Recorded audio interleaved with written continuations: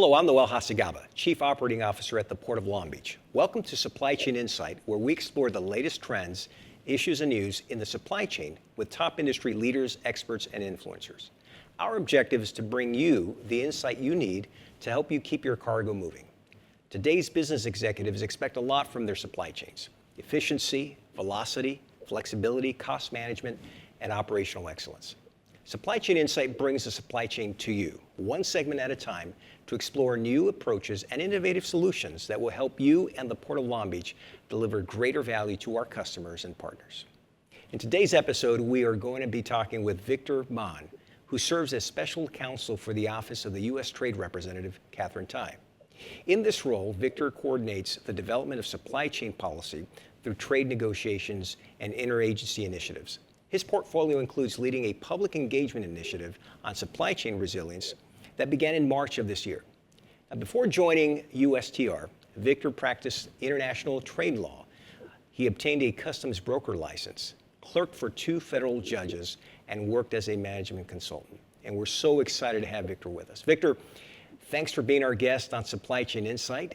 For those in the audience who may not be familiar with the Office of the U.S. Trade Representative, what can you tell us about your mission? Sure. Thank you, Noel, for having me. It's a pleasure to be here. So USTR sits within the Executive Office of the President. We are charged with developing and coordinating U.S. trade policy. That includes negotiations with other countries, as well as monitoring and enforcing existing trade agreements. The head of USTR, as you noted, is the U.S. Trade Representative, Ambassador Catherine Tai. She is a cabinet member, and she serves as the President's main advisor on trade, negotiator, and spokesperson on trade issues. Glad that USTR directly reports to the President and to the Congress on a range of trade issues, and we regularly consult with our interagency partners because we want to bring all their expertise to bear in all of our trade agreements. Now, Victor, I had the pleasure of meeting you at a conference commemorating the 12th anniversary of the Korea-U.S. Free Trade Agreement here in Southern California just a few months ago, in fact, March to be exact. That trade agreement has been very effective in facilitating trade between the two countries. In fact, today, South Korea is the United States' 7th largest trade partner for goods, and the U.S. is South Korea's top export market. And here at the Port of Long Beach, South Korea is our 4th largest trade partner for both imports and exports. All of this trade helps to create U.S. jobs, supports American businesses, and fuels the nation's economy. How does the USTR determine which countries to work with, and what's involved in negotiating a trade agreement? Thanks, Noel, for the question. So first, it was great to connect with you back in March at that Chorus event. I'm really glad we had the opportunity together to underscore the importance of our trade relationship and our trade partnership with the Republic of Korea. So to your first question, a lot of different factors go into a decision to negotiate a trade agreement. Under the Biden-Harris administration, our domestic economic policy goals really come first. So we come first with the question of how will a potential engagement, whether that's a negotiation or otherwise, how will that play into and fit with our domestic economic objectives? So, and to answer that question, we'll often work with stakeholders, consult with stakeholders, as well as Congress. We also have to think about our potential negotiating partners. What are their interests, and what are the likelihood that we can reach consensus and get to yes, so to speak. As for what's involved in negotiation, I won't bore you with all the nuts and bolts, but at the end of the day, it's really about getting agreement on language, on text, language that reflects our shared desired policy goals. So a negotiation will usually play out over several meetings with the partner or partners. Each set of meetings sometimes can be called a round, and each round can involve several days of discussions about that text, revisions to that text to better reflect the parties' positions. Depending on the scope of the agreement, a single round might cover several different issues or subject areas. And each of those issue areas could be a separate section or a chapter within the agreement. So just to give an example, last year in June, we announced the signing of the first agreement under the U.S.-Taiwan Initiative on 21st Century Trade. That agreement covers several different chapters, including customs administration and trade facilitation, good regulatory practices, and anti-corruption, to name a few. Now, negotiation really at the end of the day is a really difficult and challenging balancing act. First and foremost, USTR is there at the table seeking to achieve US policy goals. But in doing that, we've got to take into account the views of our stakeholders, also the perspectives of different agencies across the interagency, and also our experience that we bring from past agreements. And at the same time, on the other side of the table, we have our trading partners who have their own objectives and their own domestic interests. I appreciate that insight and peek into the inner workings of these trade negotiations, Victor. In mid-May, USTR announced the conclusion of its statutory 4-year review of the China Section 301 tariffs. What are some of the highlights of that review, and where does a tariff action currently stand? So in mid-May, we did release our findings in connection with that statutory review of the Section 301 tariffs on China origin goods. So based on those findings, the president directed USTR to maintain the current tariff action, to keep those tariffs in place, while selectively increasing tariffs on a set of limited strategic sectors. So to boil down the status of the action and to rewind a bit, this action and the tariff increases that we announced in May are really about defending U.S. workers and U.S. businesses from unfair trade practices of the People's Republic of China. To recap how we got here, back in 2018, USTR released a report on the PRC's forced technology transfer and other IP-related practices, and those findings were the basis for the commencement of the tariff action. Our review that we just announced in May, our review found that those practices, unfortunately, have continued, and in some cases, they've worsened. So the president directed USTR to increase tariffs on about 18 billion of imports in strategic sectors where we're looking to preserve or increase our supply chain resilience in the face of these unfair PRC practices. So these spaces include lithium-ion batteries, solar cells, certain critical minerals, semiconductors, steel and aluminum, and ship-to-shore cranes, among others. Yeah. We'll also note we're proposing the highest tariff increase on electric vehicles, up to 100%. Now, the president, with that announcement, also directed USTR to establish a tariff exclusion process. Now, that process is a new process. It's going to target machinery that's used in domestic manufacturing here in the U.S., and it's going to cover codes under the HTS U.S. chapters 84 and 85. So that's a little bit about the announcement. In terms of the process, after we announced the findings of the review, we invited public comment. So we took a comment from about late May and closed that comment window a few weeks ago in late June, and now we're considering those comments that were received. I appreciate that very comprehensive answer, Victor. And I know in late May, you also announced extending certain Section 301 exclusions. You alluded to that a little bit, but can you talk a little bit more about what those exclusions cover to date? Sure. So the extension of the 301 exclusions, first of all, is separate from the domestic manufacturing exclusions that I just referenced. Those are the manufacturing exclusions. Manufacturing equipment exclusions are the new exclusions going forward. But the exclusions that were extended in late May basically established a 2-week transition period for all the exclusions that were already in effect as of that time, as of late May. So that transition period closed in mid-June. And in that same notice, we also announced that a subset of those exclusions, again, those exclusions that were in effect in May, a subset would be extended for another year through May of 2025. And then by default, the subset, the rest of the exclusions that weren't extended through May basically expired after the end of that 2-week period in mid-June, and so now are no longer available for use. Got that. In addition to developing trade policies and negotiating trade agreements, USTR has recently taken on a new initiative that you are leading to advance supply chain resilience. Supply chain resilience took on a greater importance during the recent supply chain disruptions. I mean, here at the ports of Long Beach and Los Angeles, for example, we were ground zero for the supply chain crisis. In fact, at one point, there were 109 cargo ships waiting at anchor. With that extraordinary assistance of the White House Disruption Task Force, the Port Envoy, the U.S. Department of Transportation, and the incredible support of our state government, labor, and industry partners, we navigated through that crisis and kept our port complex open and cargo moving when the national economy needed it most. Now, this experience highlighted the need for supply chain resilience to enable trade. Was this the genesis of your initiative? Thanks, Noel. So first, I have to commend the efforts by the Port of Long Beach and really all U.S. ports in helping us weather that immense challenge of the pandemic, truly an unprecedented strain on U.S. and really global supply chains. To your question, yes, certainly the disruptions of the pandemic definitely informed USTR's current supply chain initiative that you referenced, that public engagement effort. The pandemic, along with Russia's invasion of Ukraine, showed really how fragile and vulnerable global supply chains can be. So, for example, think back to the shortages of PPE and chips for cars and cell phones.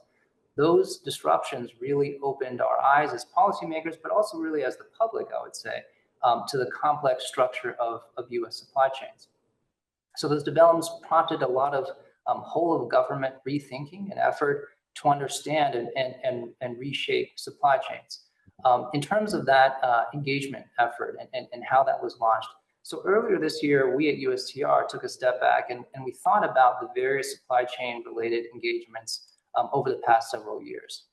And we realized that we hadn't yet taken the opportunity to bring together different lines of thinking and different lines of effort, perhaps working with specific trade stakeholder groups, trading partners, and we had to step back to develop a more holistic view of supply chain resilience and what we mean by supply chain resilience here at USTR. So we wanted to do this. We wanted to draw on our past engagements with stakeholders and with trading partners, but we also wanted to do it in a public way. We wanted to invite more feedback, especially from stakeholders who may not have been as connected. And we wanted to make sure we weren't missing anything. We wanted to get a full picture of supply chain resilience and what our stakeholders and key sort of thought leaders were thinking about. And so that's how the initiative kicked off back in March. If you go to our website, actually at ustr.gov, and you click on trade topics, you'll see a tab for supply chain resilience. And that's actually where you'll be able to find all the information related to this initiative. The public notices we put out, a link to the docket containing all the public comments that were received, hearing transcripts and press releases. So that's where you can get really a bird's eye view of everything that's been happening in that particular initiative. Yeah, thanks for walking us through that chronology, Victor, and also for pointing us to your website. We'll make sure that we put the link on the screen for our viewing audience, and I'm sure that our trade community, all of our stakeholders appreciated that engagement with them leading up to this effort. I would argue that supply chain resilience is more important today than ever before. I mean, when you consider present-day disruptions, whether it's the drought at the Panama Canal or the threats to shipping at the Red Sea and their impacts on global supply chain, the need for supply chain resilience to facilitate and enable trade becomes even clearer. How do you define a resilient supply chain? So first, I certainly agree with you that supply chain resilience is front and center, although perhaps I'm a little bit biased. But to your question, how you define resilience is really fundamental. Over the last few years, a lot of agencies in the federal government, a lot of stakeholders have taken this interest in resilience, but it's not always clear what resilience means or how it can be achieved. And as you suggested, resilience has come to encompass this ability to overcome disruptions, ensure that goods get to U.S. consumers. That's certainly a key part of what resilience is. But we really wanted to step back again and think more holistically about what resilience should mean to our work here at USTR. And when we considered resilience from a trade and investment policy standpoint, we really considered four distinct but complementary dimensions of resilience: transparency, diversity, security, and sustainability. So I'll unpack each of those a little bit. So transparency is really, in a lot of ways, the starting point, because good policy has to be informed by transparency and visibility into what's going on in supply chain. Unfortunately, we discovered in recent years that supply chains can be so complex and so geographically dispersed that even participants in those supply chains sometimes don't understand their structure, right, beyond maybe the first few tiers of suppliers. So transparency is really something that we want to work toward. Diversity is also critical. Diversity is about avoiding over-concentration, and that over-concentration can lead to bottlenecks and other vulnerabilities. As Ambassador Tai herself has explained, producers need to have more options that run through different regions. So it's about breaking bottlenecks, it's about expanding options and choice. Security. Security is really about building trusted networks. We can accomplish that firstly through reshoring where that's feasible, or working with our like-minded trading partners. We're pursuing friendshoring or nearshoring through our trading engagements. And then lastly, sustainability. So sustainability is really about ensuring that supply chains reflect our core values as a society, especially around strengthening labor rights and environmental protections. We want to avoid a race to the bottom. We think that's the best foundation for building enduring partnerships with like-minded trading partners. Now, it's important to note that these dimensions aren't meant to be exhaustive, and we at USTR actually recognize that supply chain resilience is bigger than just trade policy. It can involve things like workforce development, infrastructure development, and so we have one piece of that puzzle. We recognize that. And on the last note, if I may, on the topic of how to define resilience, I wanted to highlight one cross-cutting theme. This is actually evident in our initial notice in that we issued in March. But we really think at USTR about resilience as a frame for understanding this broader shift in trade policy, a movement away from past approaches that really focused on short-term cost efficiency, on tariff liberalization, including the negotiation of traditional comprehensive free trade agreements, FTAs. Now, I want to be clear that we remain fully committed to FTAs, our existing FTAs and our FTA partners. And I mentioned that at the Chorus event that we attended in March. But when we look ahead and when we think about new trade engagements and how to deepen and evolve our existing partnerships with our like-minded partners, we at USTR, we're really thinking about new models, new approaches that don't involve comprehensive tariff reductions. We could probably have a separate discussion just all about this topic and FTAs and how they work and the mechanics of rules of origin. But I think in general, the bottom line concern is that a lot of these comprehensive FTAs weren't really built with supply chain resilience in mind, right? So there's a concern that a lot of those approaches unintentionally help create a lot of supply chain concentration, bottlenecks, in fact, in countries and partners that weren't even party to the agreements, right? So there was a bit of free riding happening. So that's part of the concern. And so that's kind of why we want to back up and say, well, let's rethink our model, right? Rather than going out and continuing with comprehensive FTAs, let's rethink, let's refocus on resilience. And in that process, let's listen to our stakeholders, let's listen to Congress, let's listen to sort of key decision makers and industry in this space. Yeah, and I really appreciate the comprehensive definition that you arrived at, recognizing that they're not exhaustive, these four dimensions. But in addition to that, the comprehensive approach that you took in rolling this out and ensuring that these four dimensions were topics and subject matters that resonated with the trade community. I really appreciate the approach that your office has taken. Now, as part of this process, you convened 4 public hearings. So I'm curious, what did you hear? And what, if anything, surprised you most?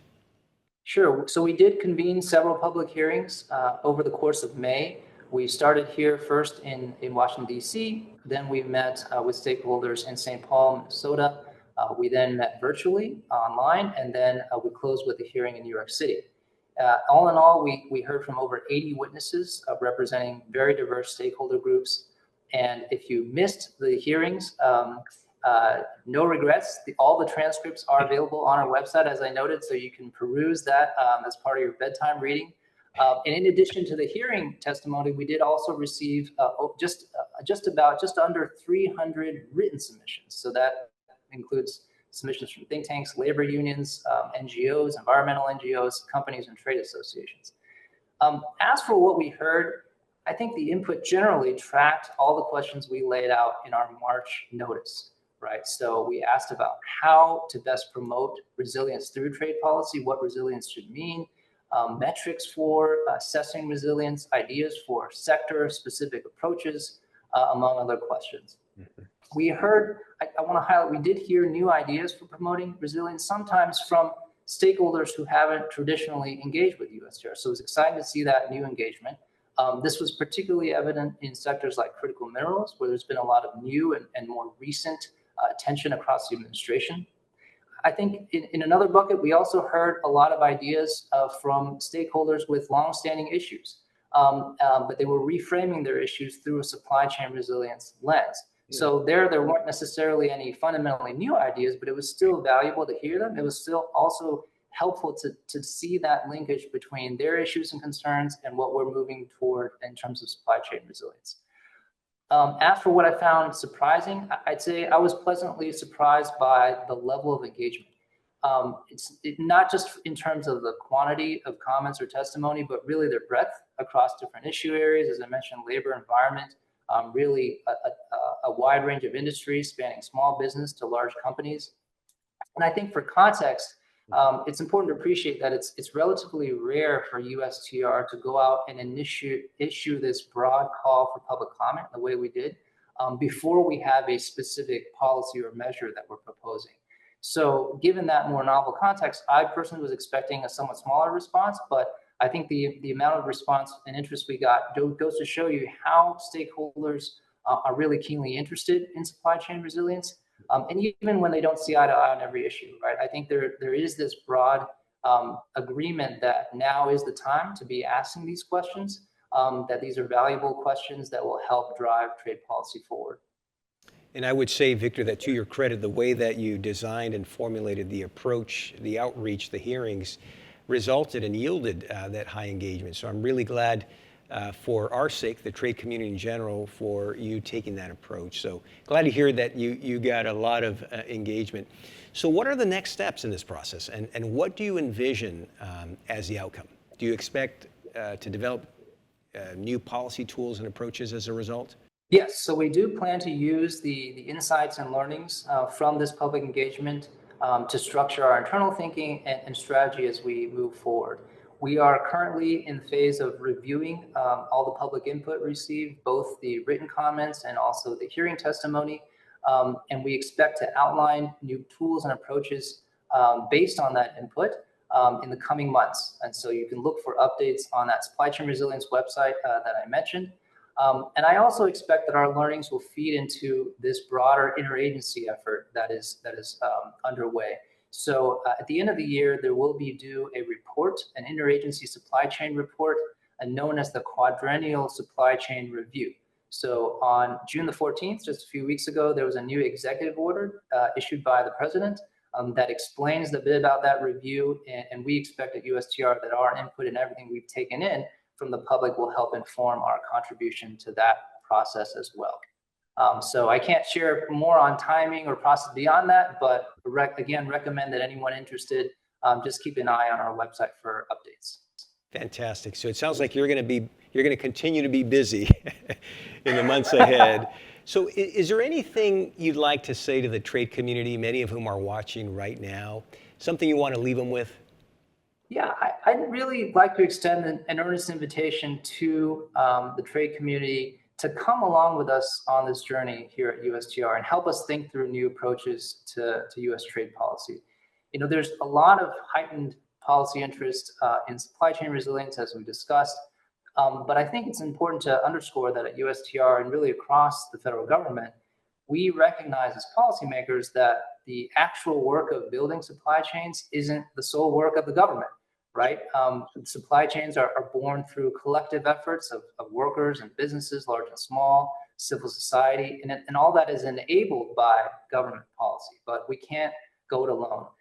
And so we really need partnership and expertise from our stakeholders, from industry, from civil society, from NGOs. We need that partnership to develop thoughtful and durable policies that ultimately are going to help all Americans prosper. What does that mean as a practical matter? Again, watch our website for updates. And if you have specific concerns or questions, you can always reach out to me. My email is in our public notices, but it's supplychain@ustr.eop.gov. That's EOP as in the Executive Office of the President. Fantastic. Well, I certainly join you and echo what you just said in inviting members of our trade community to engage and be part of this. We're all better together, right, when we work together. So thanks again for that. Well, Victor, Thanks again for joining me on Supply Chain Insight, and thank you for your leadership and your work in supporting trade and building supply chain resilience by leading this important initiative on behalf of the Office of the U.S. Trade Representative Ambassador Catherine Tai. And as one of the nation's leading ports, the Port of Long Beach looks forward to collaborating with you on this important initiative. And to our valued audience, thanks again for joining us, and we'll see you again soon for another episode of Supply Chain Insight, brought to you by the Port of Long Beach, the Port of Choice.